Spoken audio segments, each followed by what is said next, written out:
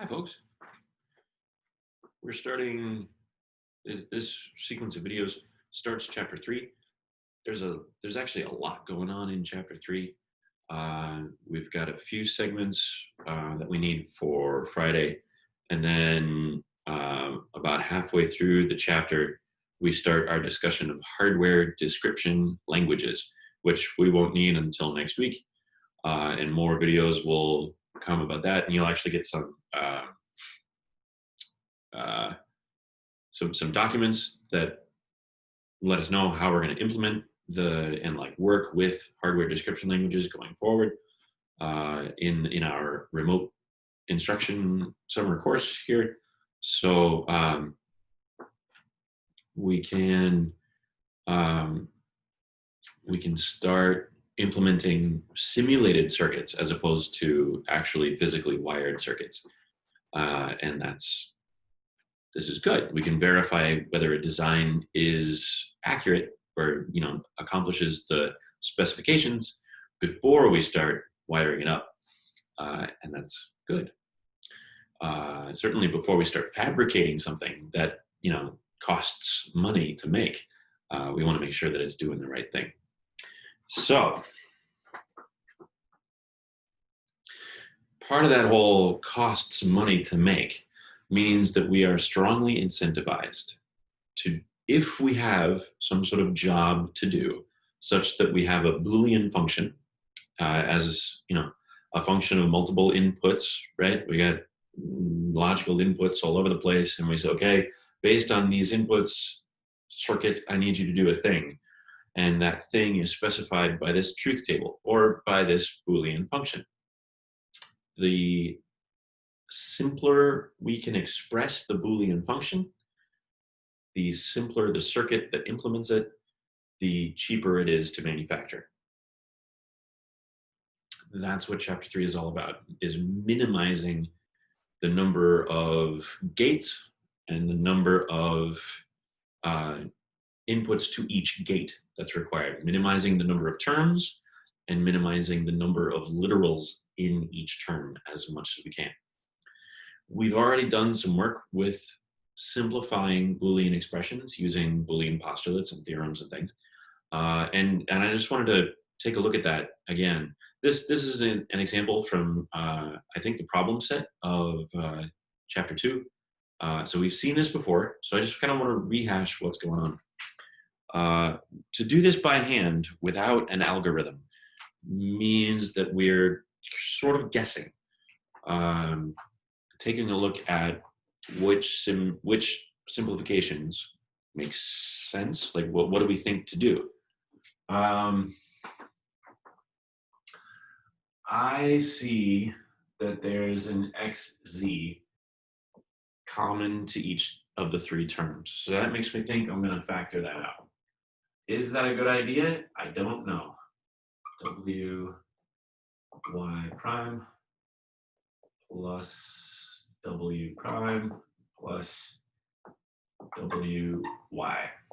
And there's not, I don't know, but I see 2 terms here with a w that I could factor out. So x, z, w into y prime or y or w prime. This looks like 1. So x, z, w or w prime. Oh, wait, all right, so that's 1. So this just is x, z.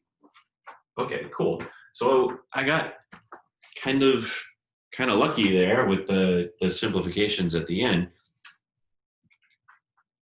If I didn't see that I could factor out the entire expression xz, then I might have ended up with a different result, with more terms or more literals left in the expression. And we have to sort of have like an intuition for, is factoring xz gonna help? And I'm like, I don't even know before I start the problem. It would be nice if we had an algorithm, some kind of recognized approach that we could use every time that would get us this result every time, no matter, how we kind of thought about it.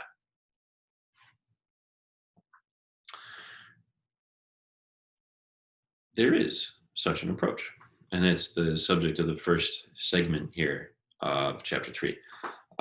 We are talking about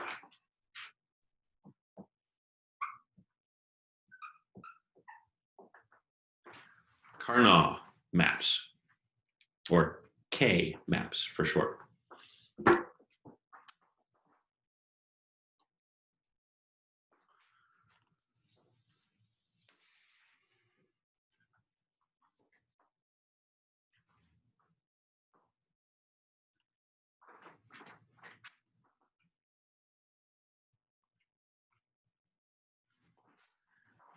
I want to look at these two terms, wx, not y, z, wx, regular y, z. Those two terms differ by only one literal. One of them has a literal complemented, and the other one has the literal uncomplemented. We could, if we wanted, let's just talk about those two. Just if we had just that, we could, as long as we recognize that everything's the same here, we could factor w, x, z, y, complement, or y, and reduce that away. And this expression, wxz, is functionally equivalent to this one. So when we have two terms next to each other that differ by only the complement status of one of the literals, that we can just recognize that that's effectively remove the literal and it works out to this. And that's, any time that situation comes up, suppose we're talking about, I don't know, PQRS or PQ complement RS. Whatever those variables are, this has nothing to do with this problem, but we can recognize that this Q and this Q prime mean that this is equal to, functionally equivalent to PRS. And it's this sort of logic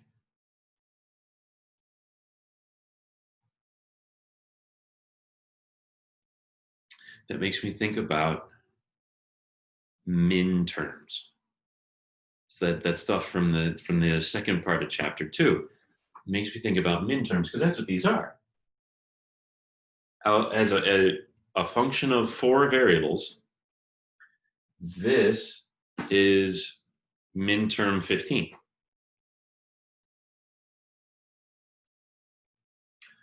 This 1, 0, 1, 1 is min term 8 plus 2 is 11.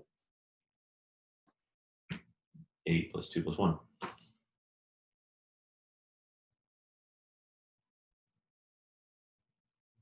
And wait, what? Min term 15 and min term 11 are combinable, reducible. So I'd like a reliable algorithm that anytime I see for a function of 4 variables, min terms 15 and 11, I can reduce them this way. And I don't need to ask myself whether that's a good idea. It's just there on the page. The algorithm told me so.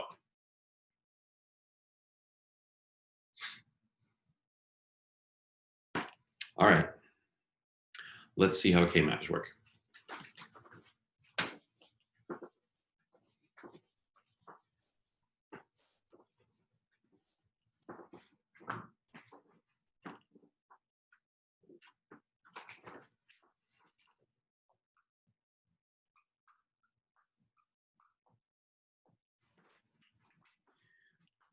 Trivially, yeah, we could write a K-map for two input variables. We've got X and Y.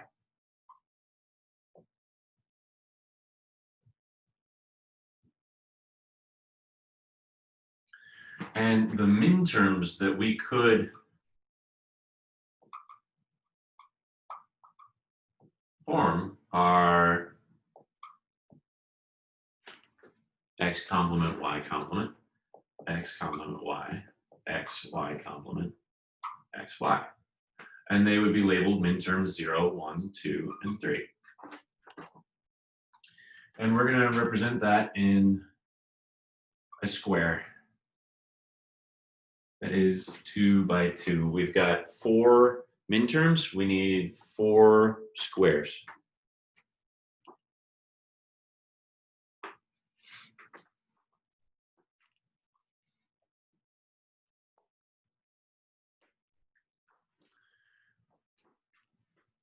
I like to label it when X is asserted, that's this row. When Y is asserted, that's this column. If both X and Y are unasserted, we're living in this grid, this cell of the grid. If X is not asserted and Y is asserted, then we're living in this grid.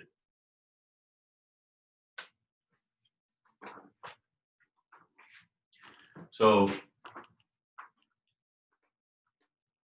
as part of our expression, suppose we wanted to, let's see, can I come up with one on the spot? Suppose we had a function that looked like that.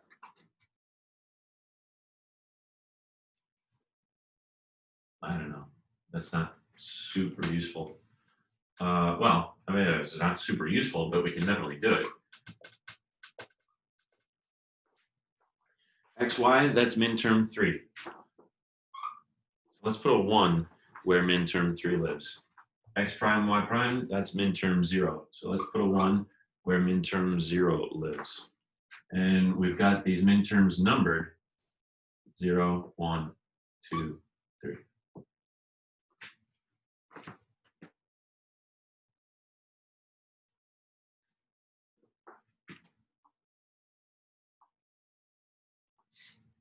Okay.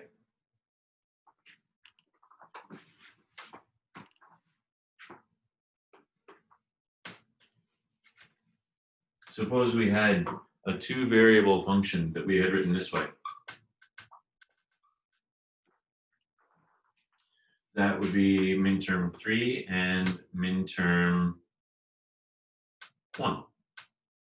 So we would write it this way.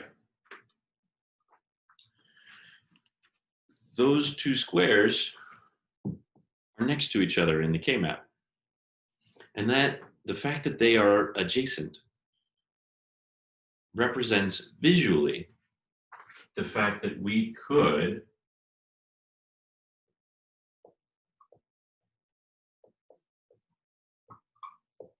eliminate X from this functional representation. In a K-map, these 2 adjacent squares, we can combine 2 adjacent squares and reduce a literal. I don't mean X or X complement, I just mean everything Y. It's the entire column. It's the whole column of things that are Y. Exactly.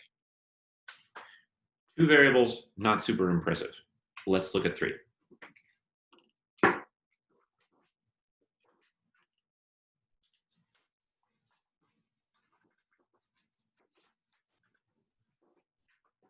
We can do 2 variables by looking. Now, 3 input variables. There are 8 possible minterms. So now the number of things we have to keep track of has doubled. Instead of a grid of 4, now we need a grid of 8. We can't make it a square, that's okay. We've got X, Y, Z.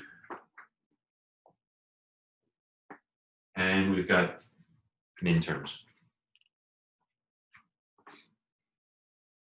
This marker's kind of dying. And put it over here.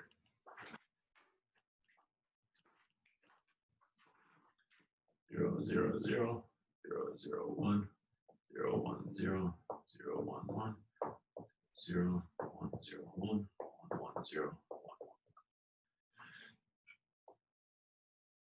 This marker's kind of dying too.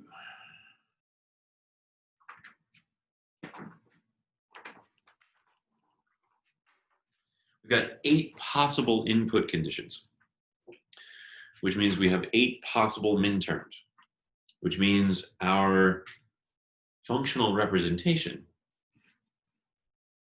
could have 8 possible minterms in it.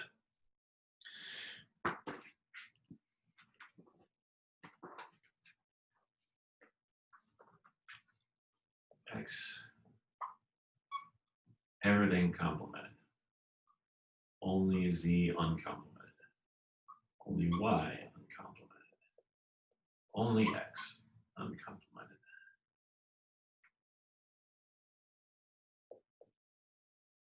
X uncomplimented. The other two this way. X, Y complement Z, X, Y, Z complement, X, Y, Z. Minterms 0, 1, 2, 3, 4, 5, 6, 7. So we've got to label our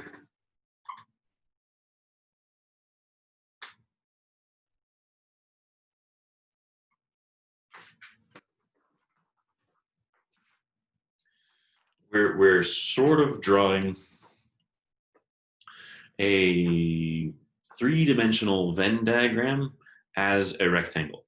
We know we need 8 spots because we have 8 minterms. And now the trick is how to number them, how to order the minterms, because what we want is for adjacent cells to be simplifiable.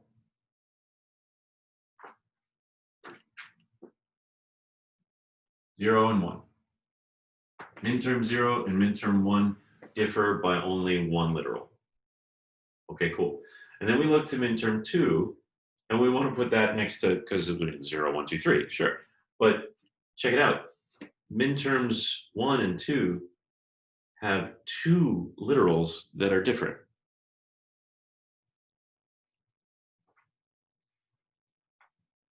So if you put minterm 1 and minterm 2 next to each other, I can't simplify that and remove a literal. They don't simplify like that.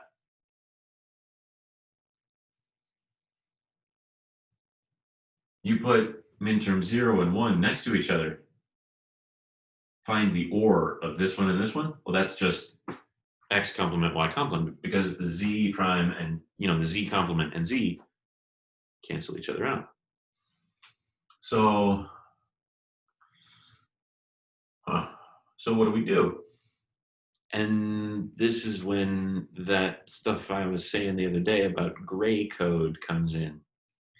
What if instead of putting minterm 2 next to minterm 1, we put 3 next to 1, because 3 and 1 differ by only the Y variable.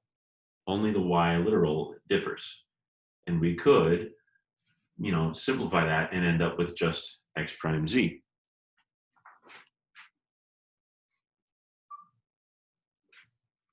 Now, 3 and 2 differ by only 1 literal, so we could put them next to each other, no problem.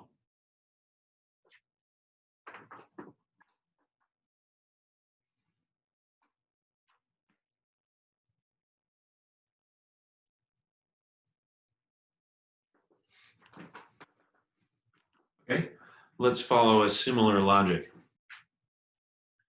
4, 5, 7, 6.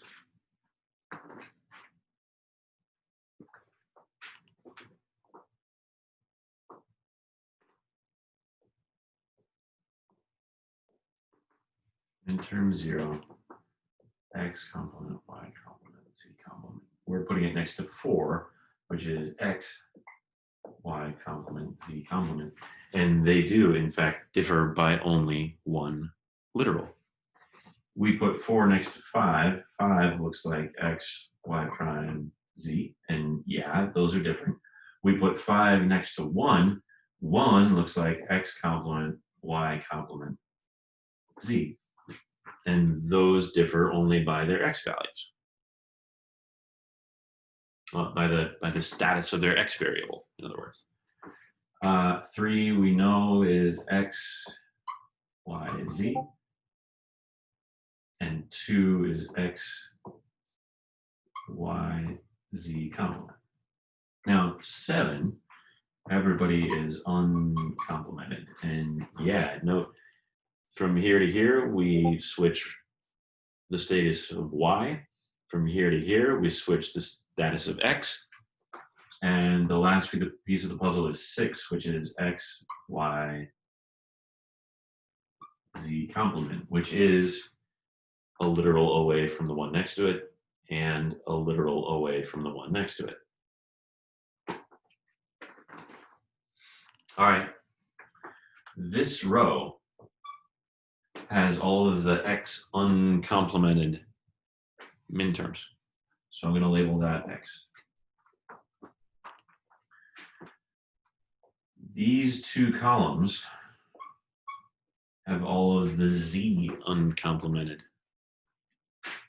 literals, and these two have all of the y uncomplemented literals. So each variable has 4 squares associated with it in the grid.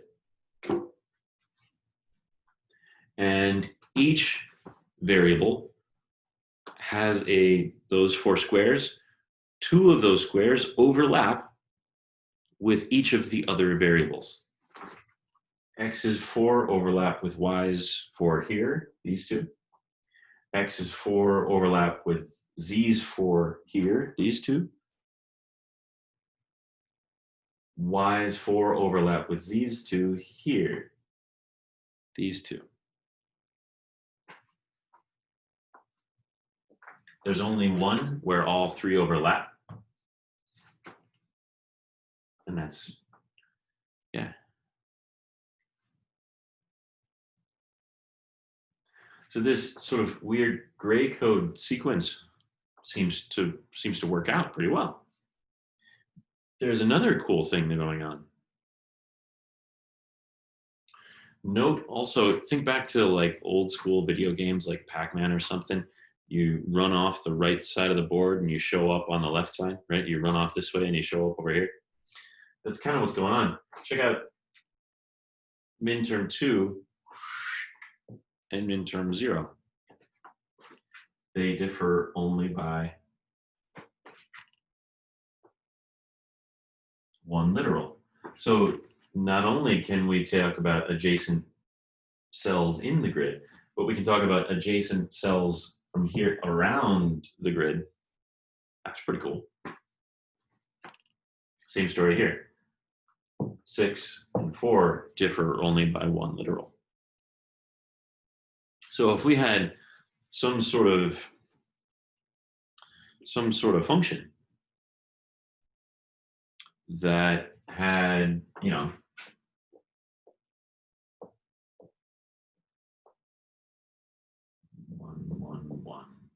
1.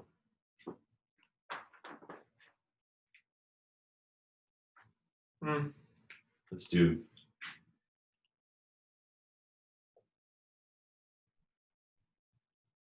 let's see, how do we want to do this?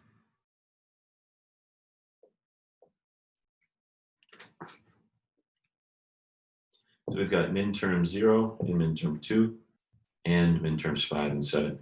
We could group those two together and simplify those. And we can see that that's everything that isn't x and everything that isn't z. So minterm 0 and minterm 2, just by looking, we know that that's not x, not z. And these two, well, that's everything that is z and is x. Oh, That's the simplification. So if we know what minterms we have, we know the simplification. Let's see this in action.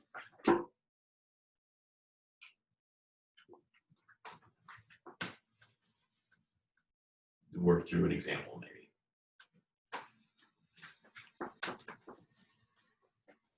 Just remember that gray code. 01324576. Let's take a look.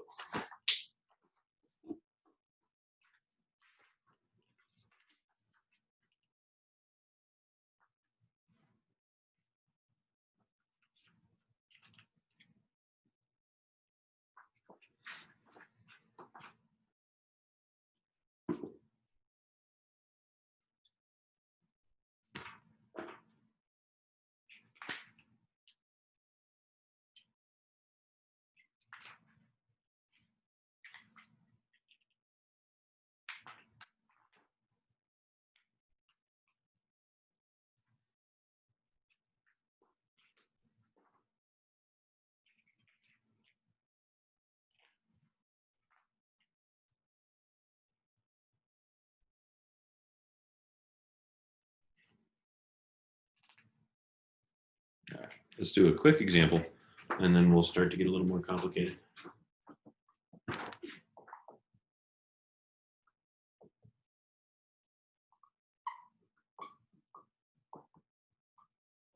Suppose we've got a function in sum of minterms, representation that uses minterms 2, 3, 4, and 5.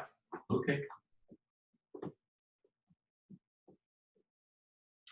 2, 3, 4, 5. Okay, great. These two, that's these two, that's X, not Y. Done. Done. Just like that. Never mind the Boolean algebra.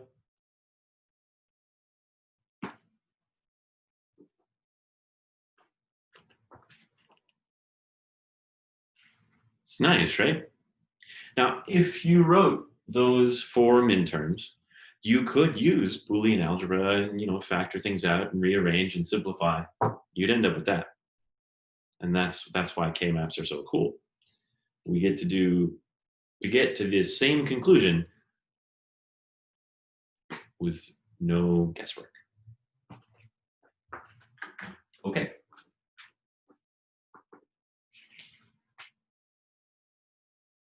Now, let's look at another one. 0, 2, 4.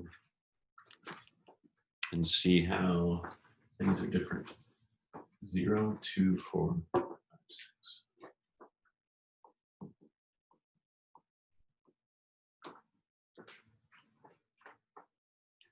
All right, let's see what we're doing here.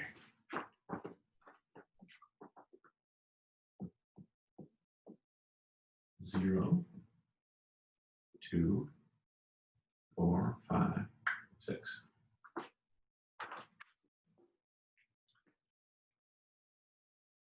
Okay, so adjacent squares.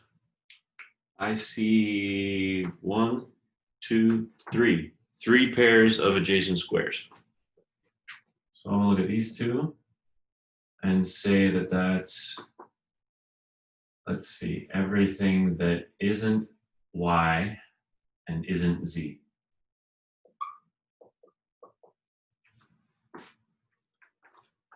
Because these are the Z cells, these are the Y cells. So this is everything that isn't either one.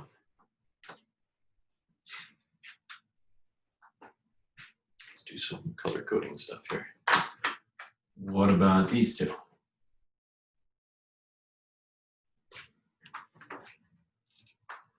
That's everything that is Y, but still isn't Z.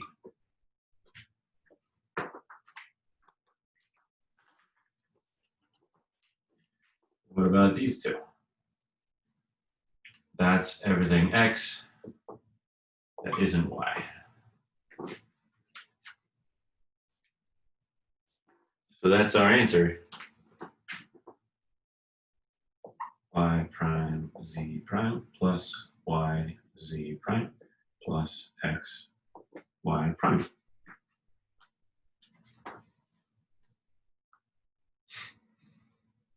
And now we look at this expression and I say, wait a minute, isn't that just,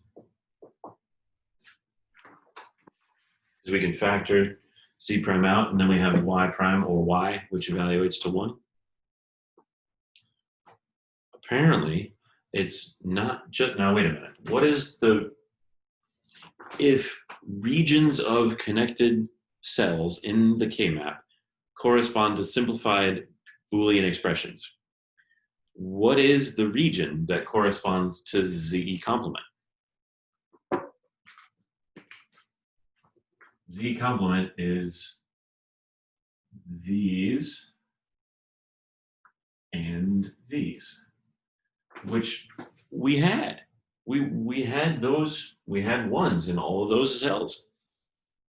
So apparently, not only can we reduce, apparently, adjacent cells, one each, we can also reduce a square of 4 adjacent cells as a single literal. We can reduce by 2 literals instead of only by 1. Well, that's exciting. Well, wait. Only a square? What about a situation where we had something like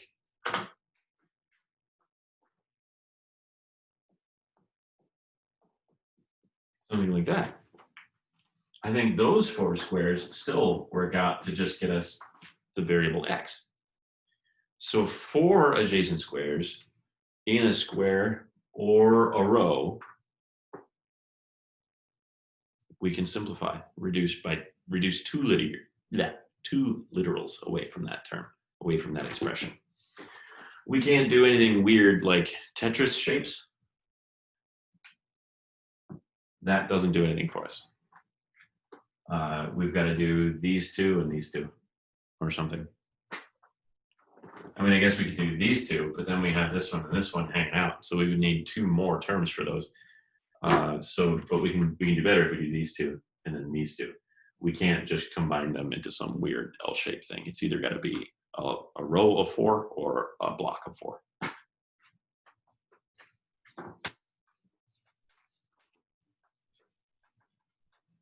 Okay, this is great as long as it's given to us in sum of min-terms form. What are the min-terms? We throw them on the kmap, done. What if it's not given to us in sum of min-terms form? I'm so glad you asked.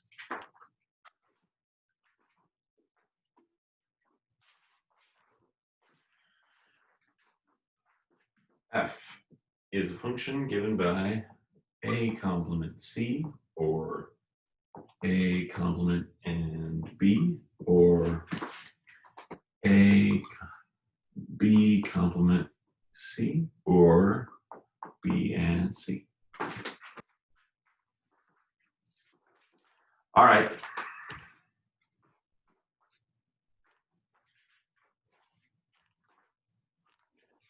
So how many? We've got 3 input variables apparently because we're dealing with A, B, and C. So we've got a 3 variable kmap, so we've got 8 min-terms possible.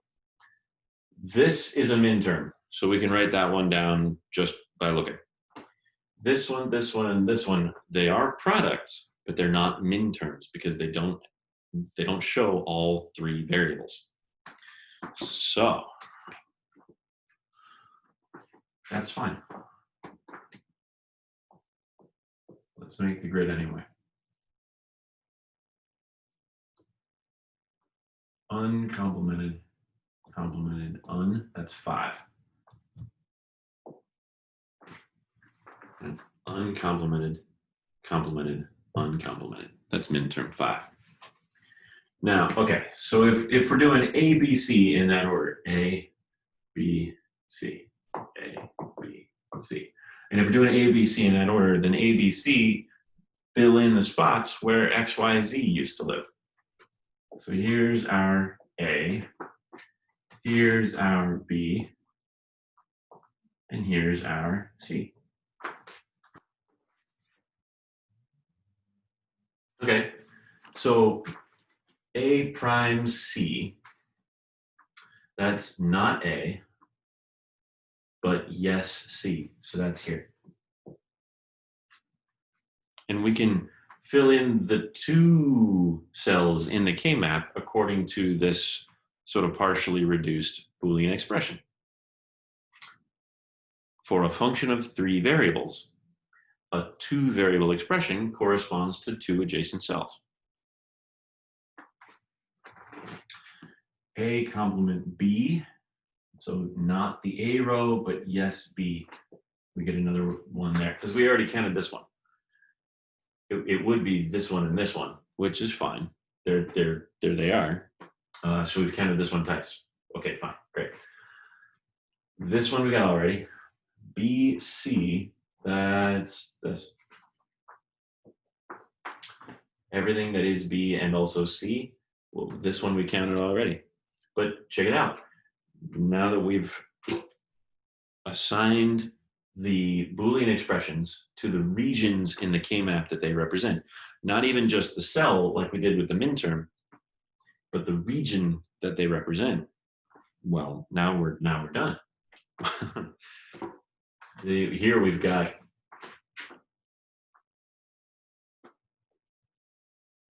a square of 4. And one more. We don't need to leave that one alone. If we leave it alone, we need not A, yes B, not C. So we've got 4 literals in our resulting expression. We're going to need variable C in both complemented and uncomplemented form. And we need a 3-input AND gate. Can we do better? Well, we can do better if we include the leftover cell in the largest possible region left in the kmap. The only thing we can do with it is pair it with the adjacent cell, but that means we can write it as A complement B, which means now we do not need a 3-input AND gate. A 2-input AND gate will do.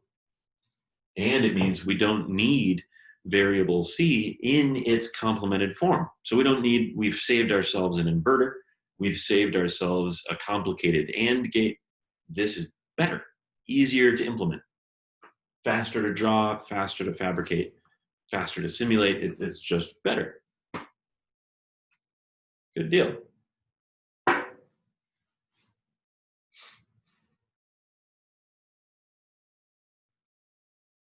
All right, that's the first segment.